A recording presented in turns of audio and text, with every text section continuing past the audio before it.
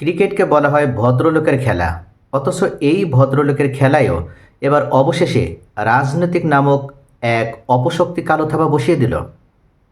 বাংলাদেশের এই মুহূর্তে সুপারস্টার মুস্তাফিজকে চলতি আইপিএলে দলে নিয়েছিল কলকাতা নাইট রাইডার্স, কিন্তু নিরাপত্তার অজুহাত দেখিয়ে উগ্র হিন্দুদের দাবির মুখে অবশেষে সেই দেশের সরকার বাধ্য হয়েছে মুস্তাফিজকে বাদ দিতে।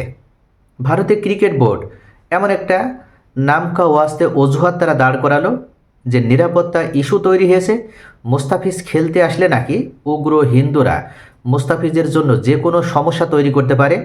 এমনকি মুস্তাফিজ যদি কেকেআরের হয়ে ক্রিকেটে অংশ নেয় তাহলে তারা এই আইপিএল বয়কট করবে, কেকেআরের খেলা বয়কট করবে বা কেকেআরের বিরুদ্ধেও তারা শক্ত পদক্ষেপ নিবে। এক কথায় এই উগ্র হিন্দুত্ববাদী বিভিন্ন যে সংগঠনগুলো রয়েছে তারা কেকেআরের বিরুদ্ধে লেগেছিল। আর এই কারণেই কিনা অবশেষে ভারতীয় ক্রিকেট বোর্ড তারা সিদ্ধান্ত নিয়েছে যে চলতি আইপিএলে মুস্তাফিজকে আর খেলতে দেওয়া হবে না, অর্থাৎ মুস্তাফিজকে বাদ দিতে কেকেআরকে তারা নির্দেশ দিয়েছিল। কিন্তু এই জায়গায় একটা প্রশ্ন তৈরি হয়ে যাচ্ছে, মুস্তাফিজকে যে অজুহাতে বাদ দেওয়া হলো কিছুদিন পরেই তো, অর্থাৎ মাত্র কয়েকদিন পরেই তো ভারত এবং শ্রীলঙ্কায় যৌথভাবে অনুষ্ঠিত হতে যাচ্ছে বিশ্বকাপ ক্রিকেট। এই যে টি-20 বিশ্বকাপ ক্রিকেটটা অনুষ্ঠিত হবে সেখানে তো বাংলাদেশ টিম অংশগ্রহণ করবে, তাহলে তখন ভারতে যে খেলাগুলো বাংলাদেশ টিমের হবে সেখানে তাদের নিরাপত্তা কে দিবে?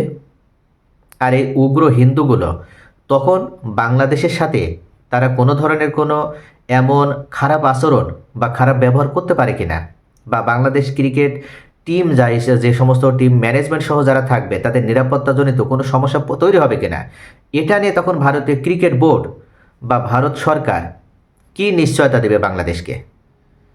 এখান থেকে বাংলাদেশের ক্রিকেট বোর্ড, এমনকি বাংলাদেশ ক্রিকেট বোর্ডের সভাপতি আমিনুল ইসলামও তারা এই মুহূর্তে জরুরি মিটিংয়ে বসেছে এবং ইতিমধ্যে তারা এক্ষেত্রে এমন একটা সিদ্ধান্ত নিতে যাচ্ছে যেটার পরিপ্রেক্ষিতে আইপিএলকে তো তারা বয়কট করবেই, মুস্তাফিজকে একটা অজুহাত দাঁড় করিয়ে মুস্তাফিজকে যেভাবে আইপিএলে খেলতে দেওয়া হলো না, সেম একই কারণ দেখে এবার বাংলাদেশও বিশ্বকাপে অংশগ্রহণ করবে না ভারতের কোনো স্টেডিয়ামে। ভারতে যেখানে বাংলাদেশের খেলা যে কয়টা হবে সেই খেলাগুলো ভারত থেকে বাদ দিয়ে বা ভারতের স্টেডিয়ামগুলো বাদ দিয়ে অন্য দেশে, অর্থাৎ বিশেষ করে শ্রীলঙ্কায় অনুষ্ঠিত হবে এবং বাংলাদেশ সেখানে খেলবে। এমন একটা কঠিন সিদ্ধান্ত নিতে যাচ্ছে বাংলাদেশ, অর্থাৎ বিশ্বকাপে ভারতকে বয়কট করার সিদ্ধান্ত নিতে যাচ্ছে। যেভাবে পাকিস্তানে অনুষ্ঠিত খেলায়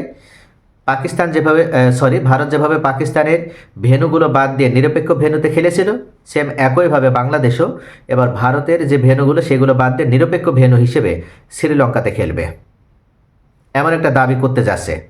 আর এটা যদি বাংলাদেশ করে, বাংলাদেশ ক্রিকেট বোর্ড, তাহলে সেটা ভারতের জন্য একটা উপযুক্ত জবাব হবে এবং ভারত ক্ষেত্রে একটা উপযুক্ত শাস্তি হিসেবেও তাদের ক্ষেত্রে কিন্তু এটা, এবং ভারতের জন্য এটা উপযুক্ত একটা শাস্তিও হবে।